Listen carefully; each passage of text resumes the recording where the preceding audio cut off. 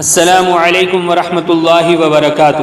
سامعین، خواتین و حضرات، آج کی ویڈیو میں ایک ایسا وظیفہ اور نبوی نسخہ بتانے جا رہا ہوں کہ اگر کوئی شخص صبح اور شام اس وظیفے کو 4 مرتبہ پڑھ لے تو اللہ تبارک و تعالی اس کو جہنم سے پورے طور پر آزاد کر دیں گے۔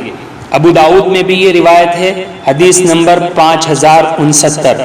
نبی کریم صلی اللہ علیہ وسلم نے ارشاد فرمایا، جو شخص صبح کے وقت اور شام کے وقت یہ دعا پڑھے، چھوٹی سی دعا ہے، میں پڑھ رہا ہوں، میرے ساتھ آپ پڑھ لیجئے، اسکرین پر بھی آپ کو دکھائی جا رہی ہے، وہاں سے آپ لکھ سکتے ہیں، یاد کر سکتے ہیں۔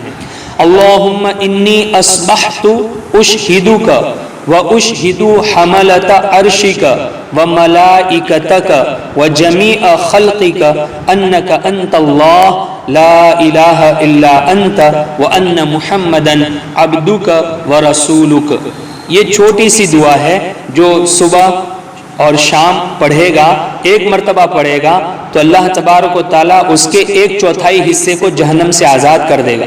2 مرتبہ پڑھے گا، اللہ اس کے آدھے حصے کو جہنم سے آزاد کر دے گا، اور جو 3 مرتبہ کہے گا اللہ اس کے 3/4 حصے کو آزاد کر دے گا، اور اگر وہ 4 بار کہے گا تو اللہ تعالیٰ اسے پورے طور پر جہنم سے نجات دے دے گا۔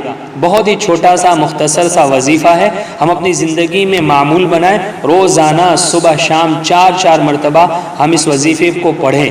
صرف ہمارے 5 منٹ خرچ ہوں گے اور فائدہ بہت بڑا ہوگا، جہنم سے پورے طور پر اللہ تبارک و تعالیٰ آزاد کر دیں گے۔